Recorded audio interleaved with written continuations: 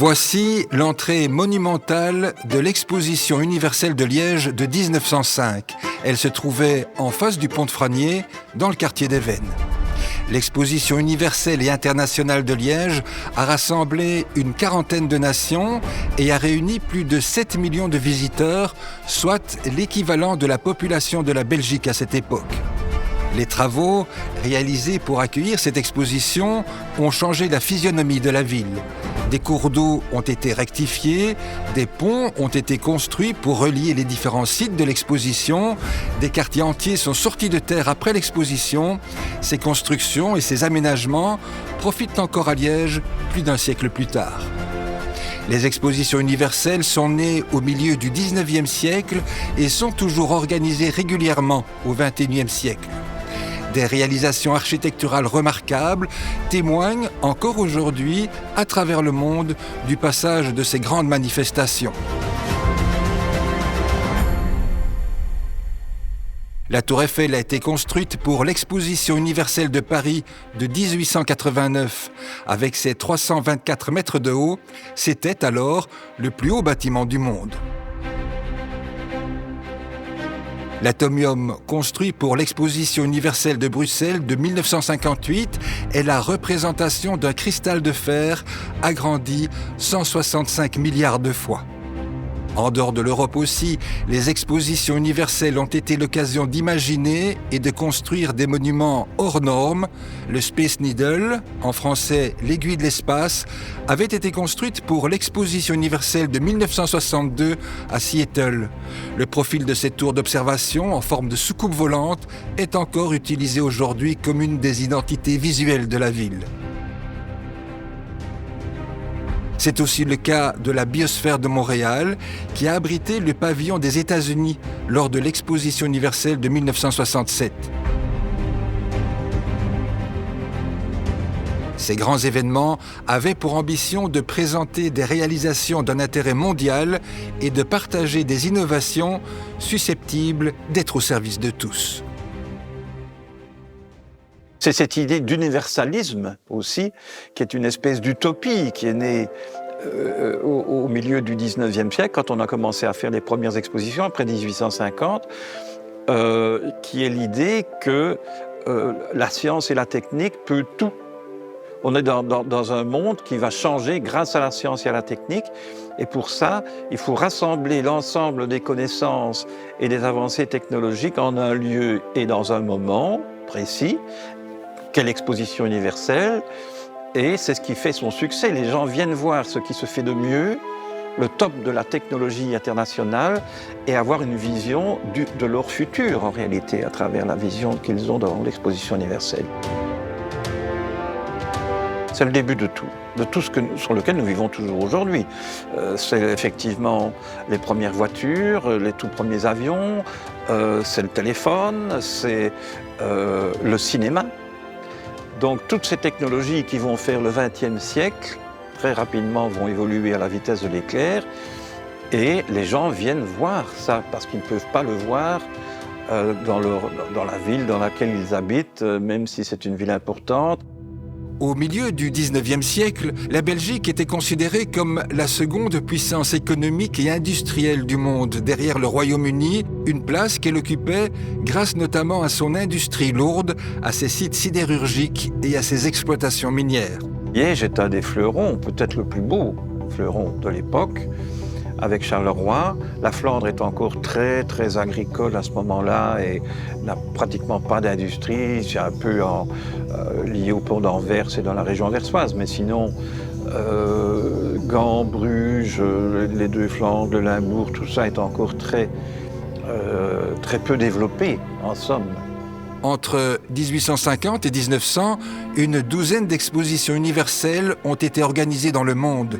Elles sont le privilège des grandes capitales et des métropoles les plus influentes de l'époque, comme Londres, Paris ou Chicago. De quoi inciter certains Liégeois à se mobiliser et tenter d'organiser à leur tour, après Anvers et Bruxelles, une prestigieuse exposition universelle et internationale. Ce sont deux commerçants du Vinavdil qui ont lancé l'idée et qui a été immédiatement suivie. Il y avait Florent Follien, qui lui c'était un marchand d'objets d'art, et puis il y avait un monsieur Dumoulin qui lui était industriel dans la chaussure et qui avait un stand à l'exposition de Bruxelles en 1897. Ils se sont dit, mais voilà, il n'y a pas eu d'exposition en Wallonie.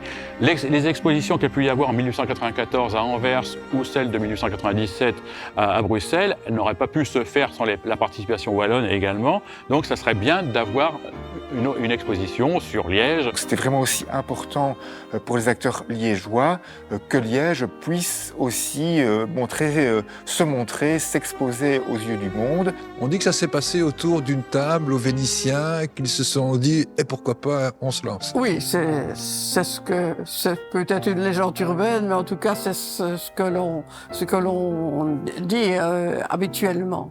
Et donc, très vite, ils ont contacté Ernest Nagelmaker, qui était un banquier et industriel, et qui a d'ailleurs soutenu le projet, qui les a vraiment aidés dans le lancement de ce projet. Tout de suite, on crée un journal, le journal Liège Exposition, qui, pendant des années, va expliquer pourquoi on a ce projet, comment on est susceptible de le réaliser. Tout ce qui, à Liège, à cette époque-là, avait une prospérité évidente, et cette prospérité était au top niveau mondial. Donc tout ça se retrouve de façon très détaillée dans le journal Liège Exposition, qui ne manque jamais de mettre en valeur les différentes personnalités. Il y en a beaucoup, les braconniers, les Francotte, les Dignef, qui sont les vrais patrons du bassin de Liège. Les uns dans les charbonnages, les autres dans la métallurgie, les troisièmes dans la banque. Cette exposition devait servir de vitrine pour tout le savoir-faire industriel et commercial liégeois. C'est pour ça que l'organisation de l'exposition a vraiment été soutenue par ces grands entrepreneurs. Liège était très connu à l'époque pour ses ingénieurs, pour sa sidérurgie, notamment l'entreprise Cockerill. Et c'est la grande époque de l'industrie, c'est la grande époque de l'évolution technologique, où Liège est une des villes dans le monde qui est un des centres d'excellence en la matière dans le monde. L'idée d'une exposition universelle à Liège fut donc émise au printemps 1897 au sein du Cercle du commerce liégeois, une association dont les membres se retrouvaient volontiers aux Vénitiens, un établissement à la mode au tournant des 19e et 20e siècles, à l'angle du boulevard de la Sauvenière et de la place du Théâtre. Au cours de l'été 1897, un comité promoteur est réuni qui crée à son tour un comité de propagande pour faire connaître le projet et un comité technique pour déjà étudier la question de l'emplacement le plus favorable pour installer la future exposition. 5 sites sont envisagés, le parc de la Citadelle, la plaine de Droix, la plaine des Vennes, le plateau de Cointe et le plateau de Belle-Flamme. La ville de Liège, qui était partie prenante dans la société anonyme que l'on venait de créer, exigeait que ce soit sur le territoire liégeois. Or, Belle-Flamme et Cointe à l'époque, ce n'était pas Liège.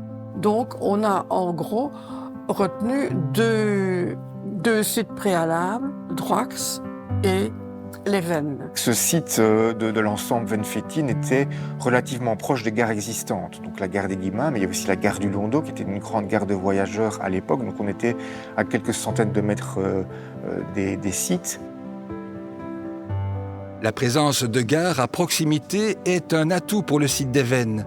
D'autres facteurs vont être déterminants, comme l'importance des travaux à réaliser pour l'aménagement du site et les possibilités de les réaménager plus tard, après la tenue de l'exposition. On a décidé qu'il y avait moins de travaux à faire sur le site des Vennes parce qu'il ne fallait que détourner que l'Ourthe, alors qu'à l'époque, Droix était encore une zone inondable par la Meuse. Et on s'est dit, si on doit canaliser la Meuse, c'est des plus gros travaux que de canaliser l'Ourthe. La plaine des Vennes, c'était un espace non bâti, de bordure de bras d'eau, puisqu'il y avait plus de bras de l'Ourthe qu'aujourd'hui. Jusqu'au début du 19e siècle, Liège était traversée par tant de bras de fleuves, de rivières, de ruisseaux, qu'elle a souvent été considérée comme une petite Venise du Nord. Cette particularité entraînait une série de problèmes, des inondations fréquentes, des difficultés à naviguer et des problèmes d'hygiène, tous ces cours d'eau étant des égouts à ciel ouvert. Le choix des veines, justement, a été réalisé, notamment pour pouvoir activer les travaux de rectification de l'Ourthe.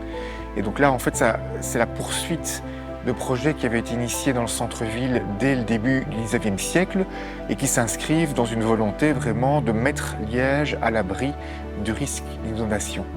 Donc on avait déjà eu au milieu du siècle la création du nouveau lit de la Meuse à hauteur du site des Terrasses, l'aménagement aussi de la dérivation, donc c'est des projets qui avaient déjà été importants. Mais malheureusement, comme les sites n'avaient pas été aménagés plus à l'amont, malgré ces grands travaux, la ville était encore exposée au risque d'inondation. À la fin du 19e siècle, le cours de l'Ourthe était particulièrement sinueux, avec un bras principal, des bras secondaires et quantité de ramifications, plus ou moins alimentées en eau, et qui forma alors autant d'îles selon les saisons. Auparavant, donc, on avait un des bras principaux qui passait à l'emplacement de ce qui est aujourd'hui le boulevard Émile de Lavelay, donc c'était le Fourchu-Fossé, mais il y avait aussi les bras nord de l'Ourthe, là où se trouve aujourd'hui la succession des boulevards dits boulevard de l'automobile, plus encore un ou deux bras secondaires. Et donc on a créé un nouveau lit artificiel, qui est ce qu'on peut voir aujourd'hui quand on se promène sur le quai des Ardennes ou le quai du Condro. Et donc ce nouveau lit a été calibré pour récupérer les flux qui passaient dans tous les anciens bras qu'on vient d'évoquer. Et donc après avoir créé le nouveau lit, on a pu remblayer d'anciens bras, à commencer par le Fourchu-Fossé, qui après l'exposition est devenu le boulevard Émile de Lavelay. Le chantier allait durer de très longues années, si bien qu'on a reculé chaque fois la date d'inauguration de l'exposition. Elle a d'abord été prévue pour 1903, mais devant les travaux importants qu'il a fallu réaliser, les organisateurs ont jugé plus prudent de postposer la date.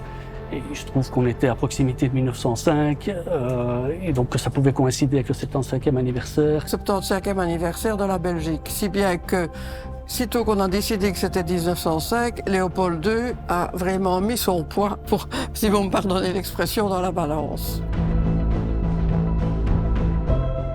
Une fois le site choisi, Liège doit maintenant faire la promotion de son exposition pour s'assurer de la présence d'un large éventail d'États, de grands pays, mais aussi de plus jeunes nations qui font leur premier pas sur la scène internationale. C'est l'époque où l'Empire ottoman décline et où beaucoup de pays des Balkans émergent et acquièrent leur indépendance. De même, c'est l'époque où la Norvège s'est séparée de la Suède. En général, ce sont des monarchies nouvelles et qui cherchent à affirmer leur existence et à se mettre en valeur. Et une exposition universelle est évidemment la belle façon, la belle circonstance pour pouvoir se mettre en valeur. Lorsque les autorités et les acteurs responsables de l'exposition ont lancé les invitations dans le monde pour accueillir des exposants, en fait, ils se sont rendus compte que la demande était très très forte.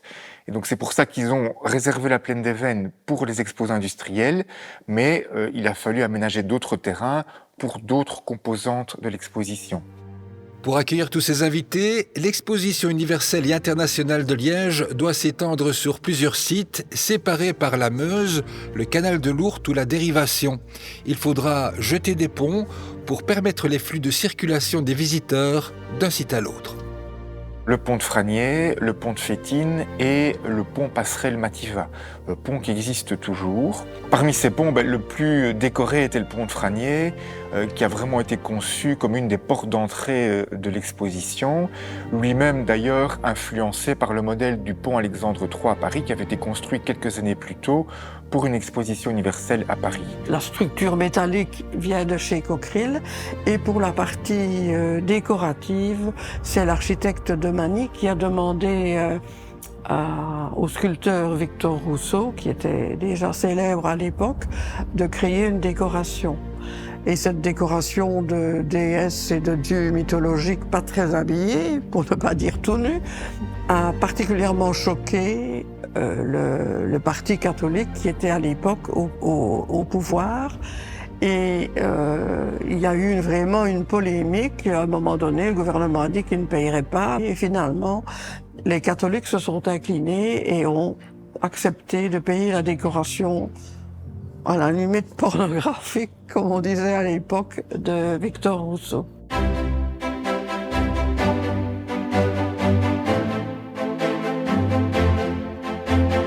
Le pont de Franier est aussi caractérisé par ses renommées. Ces 4 statues de bronze sont recouvertes à la feuille d'or et ont été placées au sommet de chacun des 4 pylônes de granit dressés de part et d'autre de la chaussée de chaque côté du pont. Les renommées sonnent ainsi de la trompette dans toutes les directions, annonçant fièrement au monde entier l'exposition universelle de Liège. Les garde-corps en fer forgé sont aussi décorés de mascarons, des masques, représentant alternativement un visage masculin et un visage féminin. La décoration du pont de Franier est aussi enrichie d'un groupe monumental composé de 3 statues érigées à la gloire de Zénobgramme, dont son invention, la dynamo, va largement favoriser l'utilisation de l'électricité dans l'industrie. Zénobgramme est mort quelques années plus tôt, donc c'est un inventeur autodidacte originaire de la région liégeoise qui a perfectionné les systèmes de dynamo. Donc le système qui, en faisant tourner une bobine de fil devant un aimant produisant un champ magnétique, génère un courant électrique dans les fils de la bobine. Donc ça a été la source quand même de l'essor de toute une série d'activités industrielles au début du XXe siècle, y compris dans la région de Liège. Et donc des acteurs liégeois, dont des industriels, dont des acteurs des écoles industrielles ont voulu rendre hommage à ce génie de l'invention liégeoise.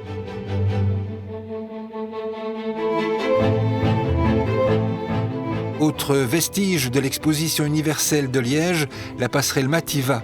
Sa construction s'est imposée assez tard, quand il s'est avéré que le quartier des Vennes était trop étroit pour accueillir toute l'exposition. Et c'est alors qu'en toute urgence, on a demandé à l'ingénieur français qui venait de déposer le brevet du béton armé de créer la passerelle selon le procédé appelé NBIC, du nom de cet ingénieur français. C'était vraiment une prouesse technique. C'est un pont conçu en béton armé, alors qu'à l'époque, les structures principales des autres ponts étaient en métal.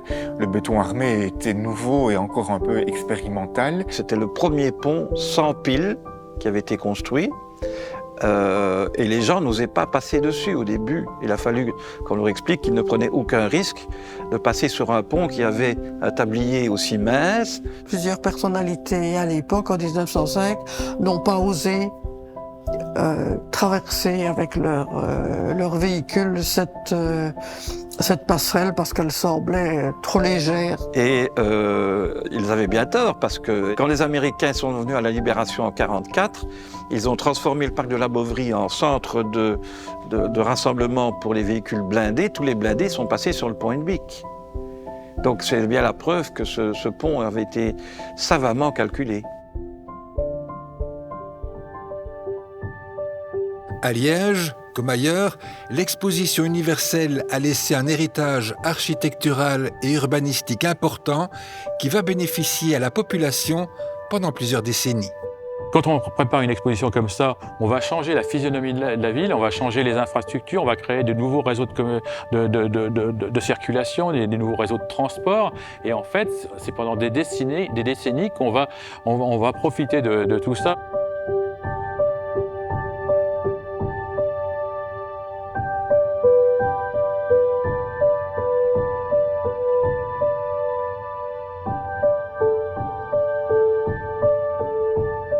La gare des Guillemins était une des portes de la ville où de nombreux visiteurs arrivaient par train pour visiter l'exposition. Un des cheminements naturels pour rejoindre l'exposition amenait les visiteurs à traverser le quartier de Franier entre l'actuelle place Général Le Mans et les berges de la Meuse. C'est le quartier des attractions qui a été aménagé ici, un parc qui fait la place belle au délassement et aux sensations fortes dans l'esprit de l'époque.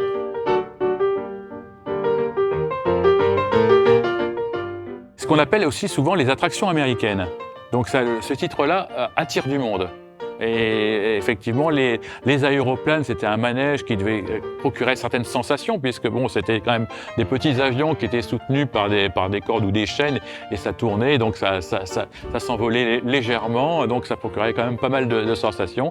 Et ça, effectivement, cette attraction-là, on retrouve la même qui va un an après à l'exposition de Milan, quoi, en 1906. Et la chute d'eau, d'ailleurs ce qu'on appelle beaucoup à l'époque le water chute aussi, parce que c'est également une attraction américaine, et voilà, ça a énormément de succès. C'est l'ancêtre des rondins dans les parcs d'attractions, voilà, et ça a énormément de succès.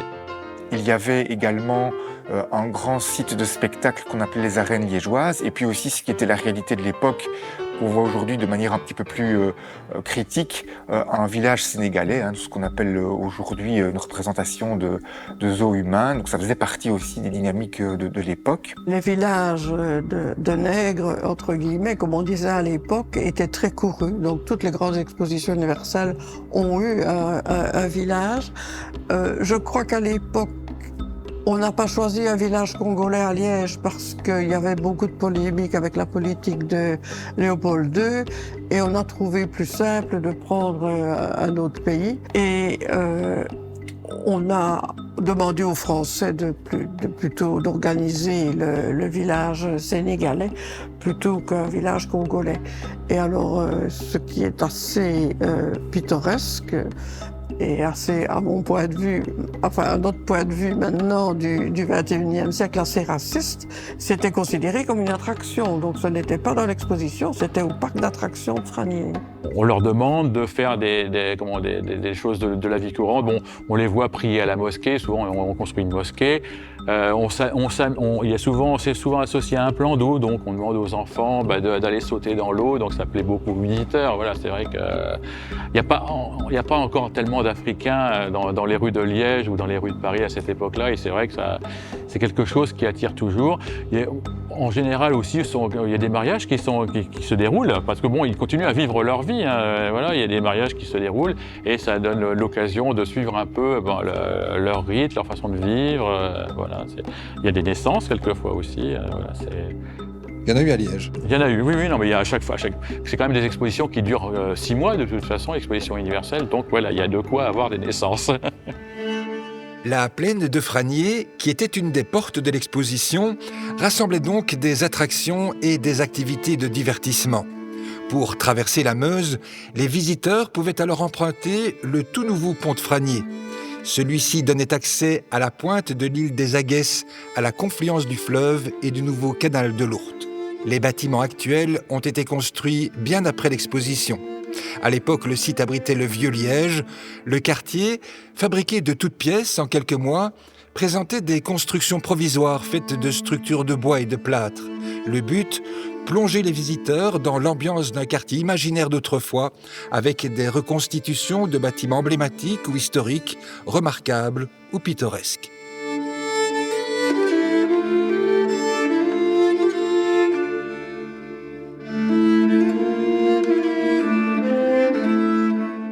Les reconstitutions de vieilles villes, c'est quelque chose qui plaît énormément. Il y a déjà eu une telle représentation, par exemple en 1894, il y avait eu le Vieil Anvers, dans l'exposition d'Anvers. Il y a eu également l'exposition de Bruxelles en 1897. Celle de 1900, c'est certainement la reconstitution, une des plus connues, où il y a eu le Vieux Paris. Et c'est vrai que là, on est dans une suite logique et on fait un Vieux Liège dans lequel on reconstitue, alors non pas véritablement le vieux Liège, mais on va s'inspirer de toutes les constructions anciennes de la région. Donc là, on va envoyer des spécialistes qui vont faire des relevés sur le terrain pour voir les maisons anciennes, pour voir les différents styles qui ont été utilisés dans la région. Et c'est plus de 150 maisons qui vont être reconstituées dans le vieux Liège à l'exposition. Et ça va avoir un succès énorme, puisque dedans aussi, il y aura des figurants en costume d'époque. Il y a forcément des tavernes, des lieux conviviaux où on peut manger, on peut boire un coup, on peut se restaurer. Il y a régulièrement des spectacles aussi qui sont organisés. Donc c'est vraiment un lieu très prisé, très convivial et vraiment apprécié de tous.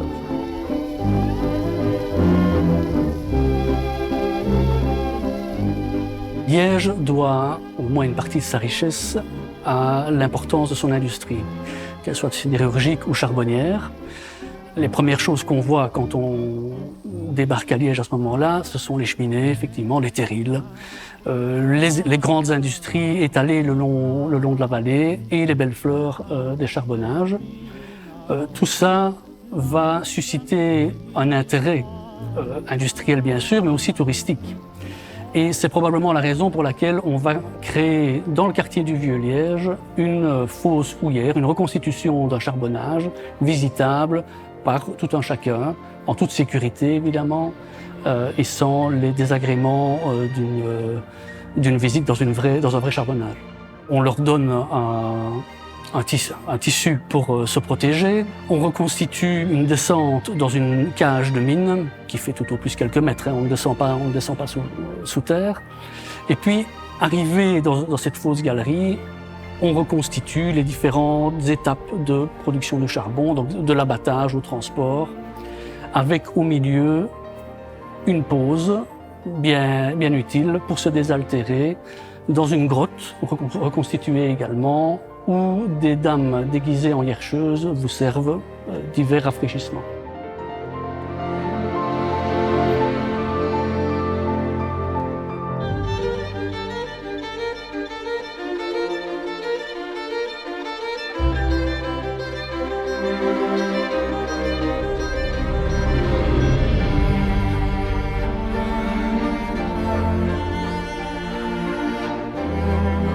Le bâtiment le plus imposant du quartier était une réplique de la tour de l'ancienne cathédrale de Liège. La construction s'élevait à une 60aine de mètres de haut, soit tout juste la moitié de la hauteur originale de la vraie tour de la cathédrale, disparue un siècle plus tôt à la suite de l'arrivée à Liège des troupes révolutionnaires françaises.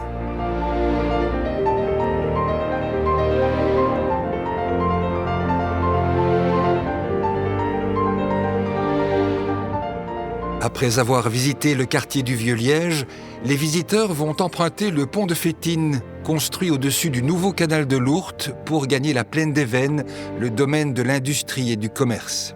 L'entrée monumentale des Halles, qui a disparu aujourd'hui, avait été imaginée pour impressionner les visiteurs. La porte d'entrée de l'exposition universelle de Paris de 1900, place de la Concorde, mesurait 45 mètres de haut. Le portique liégeois culminera à 55 mètres de haut, 10 mètres de plus que la porte parisienne. Cette porte précède toutes les grandes galeries d'exposition. Là où on va retrouver toutes ces nations participantes, il y en a plus de 30. Dans la grande halle des Vennes, c'était essentiellement des industriels qui se présentaient, notamment les industries de l'armurerie, qui était quand même une industrie très florissante à Liège à l'époque, et aussi les transports.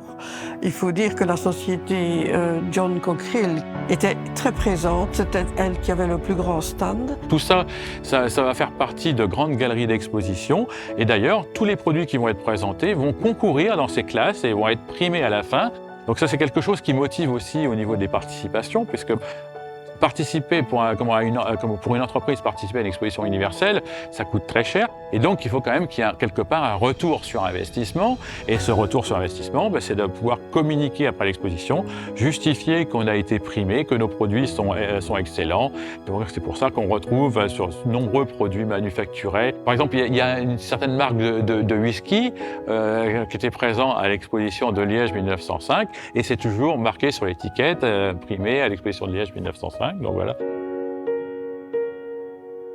Pour son exposition universelle, Liège va profiter de sa situation géographique pour réunir deux grands pays voisins, la France et l'Allemagne, qui figurent parmi les grandes puissances continentales de l'époque. Il y a évidemment le pavillon de la France, mais aussi des pavillons des colonies françaises. Il y avait un pavillon de l'alimentation française du côté du parc de la Boveri. Oui, donc elle était très présente. C'est d'ailleurs pour ça qu'après l'exposition, dans le choix des noms des nouvelles rues qu'on a aménagées à l'emplacement de la plaine des Vennes, à l'emplacement du hall des machines, on a par exemple choisi le nom de rue de Paris. C'était pour remercier la France. La présence française et allemande est très importante à cette exposition liégeoise. Oui, ce sont les deux principaux contributeurs de l'exposition qui viennent mettre en valeur les uns leur industrie et leur colonie, puisqu'il y a des palais de tous les protectorats et de toutes les colonies françaises. Et les Allemands, essentiellement l'industrie, qui se trouve à 2 pas, puisque le bassin de la Roure est à quelques heures d'ici en chemin de fer à l'époque. Aussi dans les toponymes, on retrouvait juste après l'exposition le nom de rue de Berlin ou rue ou avenue de l'Allemagne. Mais évidemment, après la guerre, la Première Guerre mondiale, c'était moins porteur de rappeler la présence de l'Allemagne pendant l'exposition de 1905, et donc on a débaptisé certaines artères du quartier, et donc par exemple la rue de Berlin est devenue alors la rue de Londres, ou alors l'avenue de l'Allemagne est devenue l'avenue Reine-Élisabeth. Liège va aussi bénéficier de la présence d'un géant du Nouveau Monde, le Canada, qui connaît alors une forte croissance économique et industrielle, stimulée par une vague d'immigration massive. On peut quand même s'étonner de voir un pavillon du Canada aussi gros à la Bovary, puisque je pense que c'est quand même le plus grand pavillon d'une nation étrangère. Ce gros pavillon qui est d'ailleurs à côté du Palais des Beaux-Arts, c'est un gros pavillon du Canada, et effectivement à cette époque-là, le Canada vient draguer un peu en Belgique pour faire venir du monde dans ces grandes contrées un peu froides, et on leur offre le terrain, voilà, ils peuvent pour aller s'installer au Canada, donc c'est vrai que... Alors je ne sais pas, je n'ai pas de chiffres à annoncer, et certainement il y a eu quand même pas mal de personnes qui se sont qui ont été tentées par l'opportunité d'avoir une autre vie au Canada. Dans le parc de la Bovary encore, parmi les pavillons des nations, Liège va affirmer, avec des palais et des expositions, son identité culturelle et architecturale. Il y a toute cette partie de l'exposition qui est en somme une reconstitution très dans le goût de l'époque de l'architecture traditionnelle liégeoise, y compris de bâtiments d'ailleurs disparus, puisqu'on reconstitue notamment la façade de l'ancien hôtel de ville qui avait flambé à la fin du XVIIe siècle. Et on organise également une exposition qui fera date sur l'art ancien liégeois. Et donc là, c'est vraiment l'idée pour le visiteur extérieur de revenir avec une idée que Liège est certes une ville industrielle où on trouve les technologies de pointe, mais c'est aussi une ville historique qui a un patrimoine culturel et artistique de première importance.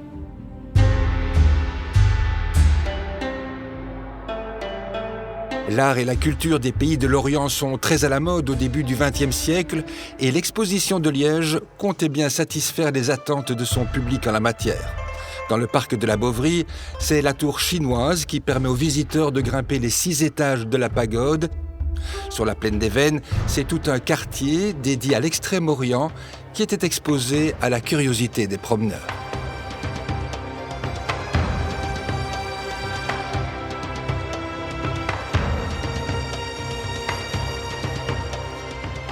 L'orientalisme fait partie des grands fondamentaux du goût européen depuis au moins le Second Empire.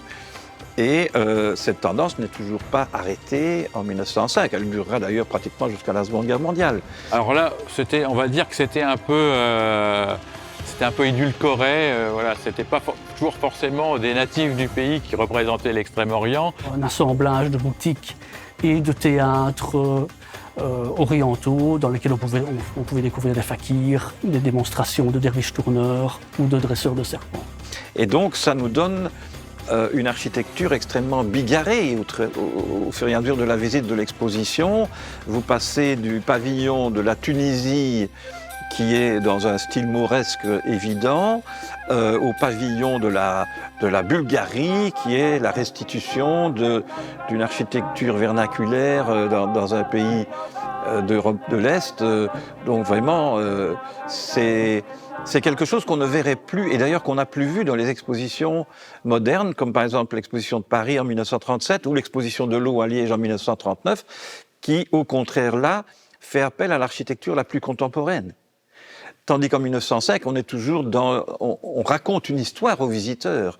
Et donc, pour pouvoir évoquer les différents pays, il faut faire appel aux structures les plus traditionnelles qui sont un peu dans l'inconscient collectif des peuples Et donc ça donne cette architecture extrêmement variée, extrêmement bigarrée, qu'on ne retrouvera plus de la même façon plus tard.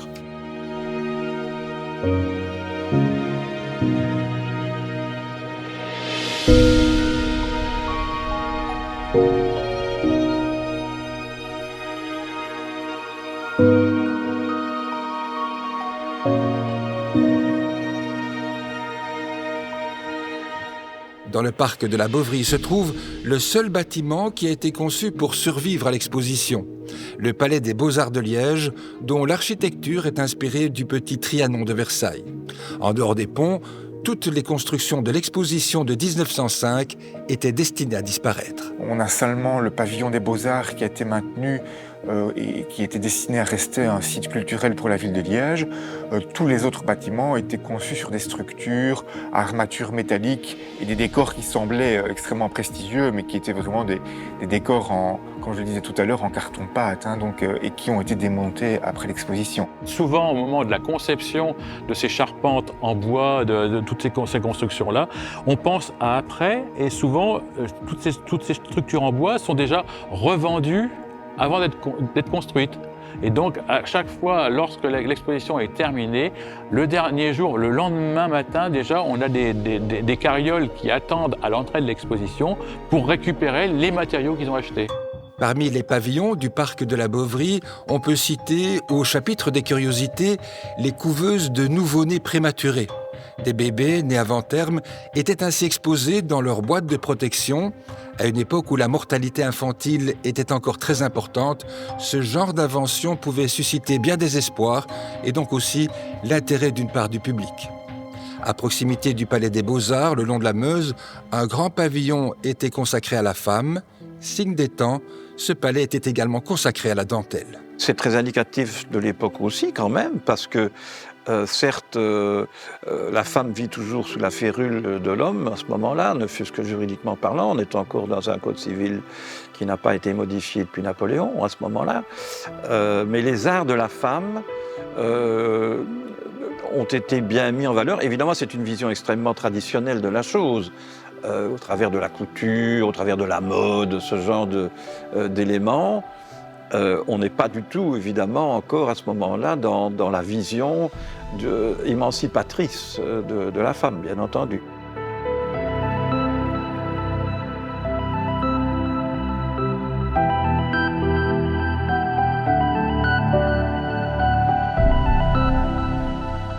Un groupe statutaire va susciter une polémique inattendue à Liège.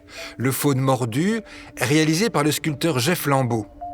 Donc on a une représentation d'un personnage masculin qui est en train donc de saisir un nu féminin en le mordillant. Enfin donc c'est le nu féminin qui mordit le faune. Mais tout ça aussi a un peu soulevé des interrogations. Et là aussi donc certains acteurs ont milité pour qu'on cache la statue. Le faune mordu avait été exposé déjà à Bruxelles. Léopold II avait apprécié la statue et les organisateurs liégeois ont dit que pour faire plaisir à Léopold II, ils allaient demander une copie du faune mordu qui a été évidemment, qui a visiblement choqué beaucoup de bien-pensants liégeois. Et on a préféré, pour éteindre la polémique, cacher le faune mordu. Et un peu pris de remords, je pense, vu comme l'importance de l'œuvre artistique après l'exposition, les autorités liégeoises de l'époque ont souhaité que la ville achète alors à Jeff Lambeau ce monument qui par la suite alors a finalement été exposé dans l'espace du parc de la Bovrie. Et alors, ce qui est assez comique, c'est que maintenant, quand on fait des photos de mariage, on va près du faune mordu. Et les gens qui aiment cette statue-là maintenant n'imaginent pas qu'à une époque, ça a particulièrement choqué.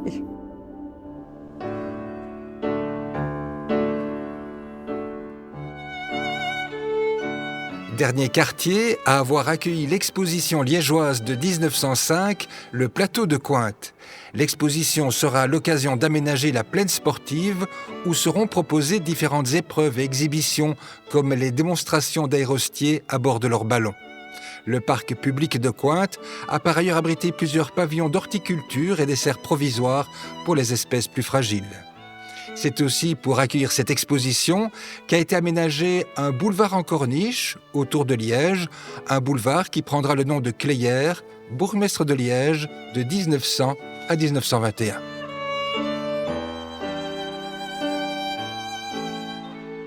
À partir de cette période, il va y aussi avoir la tradition, lors des grandes expositions universelles et internationales, d'aménager des espaces d'exposition de logements ouvriers.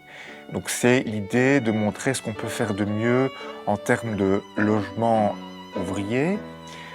Et donc dans ce petit morceau de ce qui est aujourd'hui une rue, mais qui à l'époque effectivement avait été traité comme un boulevard, on avait mis des parcelles à disposition de sociétés de logements ouvrières, dont une parcelle qui avait été aménagée sur base de plans de l'architecte Serrurier Bovy. Alors aujourd'hui c'est un cul-de-sac et donc il faut vraiment connaître le site pour y aller, mais on peut toujours aller voir ces maisons, donc chacune avait été construite par une société de logements différents.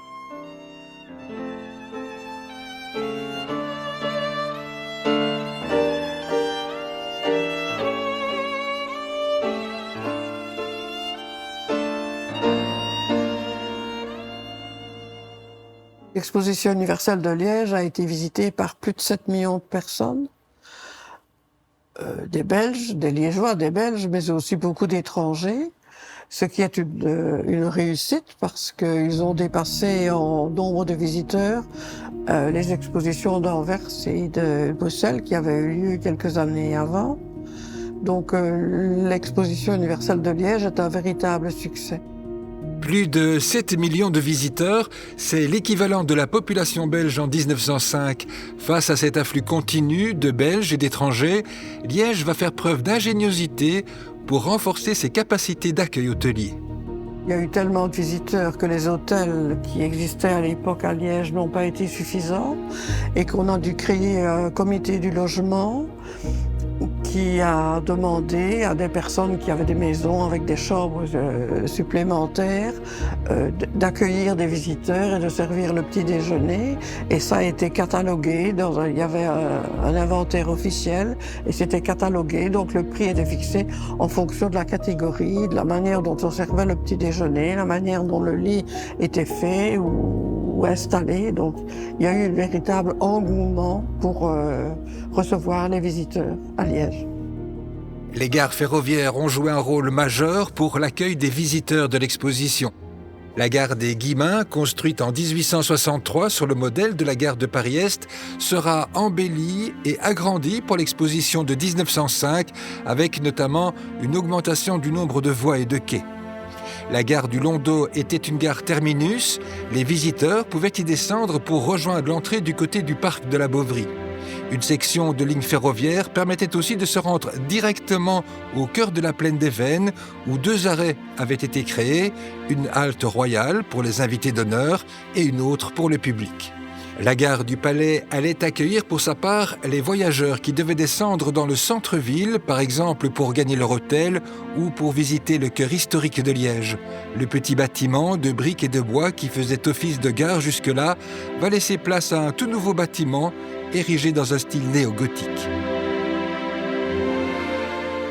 La gare du Palais, qui elle a été reconstruite vraiment en perspective de l'exposition de 1905, puisque forcément les visiteurs qui allaient arriver pour visiter l'exposition n'allaient pas se contenter de rester sur le site de l'exposition, ils se sont déplacés aussi pour visiter les attractions, les curiosités du centre-ville, et donc c'était aussi une impulsion pour réaliser des aménagements comme la finalisation de l'élargissement aussi de la rue Pont-d'Avroy, l'installation de réverbères nouveaux aussi, un embellissement général en fait du centre-ville a été réalisé pour que Liège se présente sous son meilleur visage pour les visiteurs. Il y a aussi une chose qui était très bonne pour la ville, c'est qu'on s'est aussi débrouillé pour que les visiteurs qui viennent voir l'exposition de Liège ne fassent pas uniquement l'exposition, mais aillent également visiter Liège, aillent également faire marcher les commerces liégeois, donc pas forcément aller uniquement à l'exposition. Et c'est d'ailleurs ça, on comprend mieux quand on regarde un peu les guides de l'époque, le petit guide de visite de l'exposition de Liège. Il y a une grande partie de ce guide qui est consacrée à la visite de la ville, à la visite des monuments de la ville, de ses musées. Donc voilà, il faut que tout le monde en profite. Alors voilà, après, effectivement, il y a l'épicentre de l'exposition universelle. Après, la ville en profite, la région également, et le pays aussi, puisqu'il y a quand même une belle image qui est colportée par rapport à cet événement qui est international. Le tram sera aussi un des moyens de transport privilégiés pour les visiteurs, d'autant que Liège figure parmi les pionniers en la matière. Liège a été la première ville du pays à s'équiper d'une ligne électrique en 1893. Pour l'exposition, des voitures plus luxueuses ont été mises en service. L'exposition de 1905 sera aussi l'occasion de créer la ligne de tramway 4 qui reliera différents sites de l'exposition avec le centre-ville jusqu'à la place Saint-Lambert.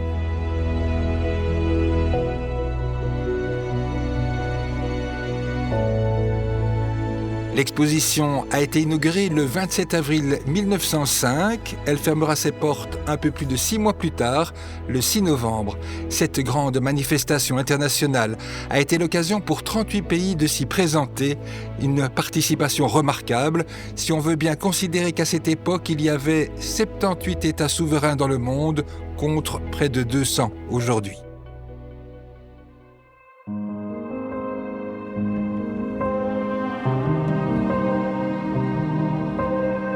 Cette grande manifestation a été pour les Liégeois et pour des millions de visiteurs l'occasion de découvrir le monde, ou plutôt de percevoir une vision du monde qui laissait une place importante à l'imaginaire collectif de l'époque.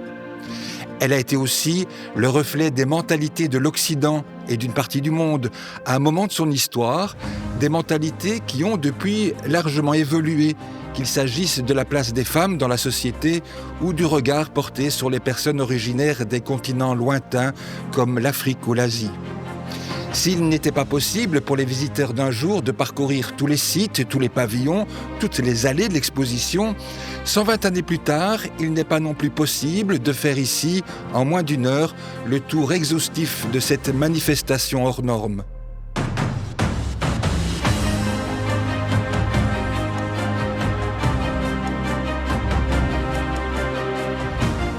Nous garderons en mémoire que l'exposition universelle et internationale de 1905 a changé le visage de la ville.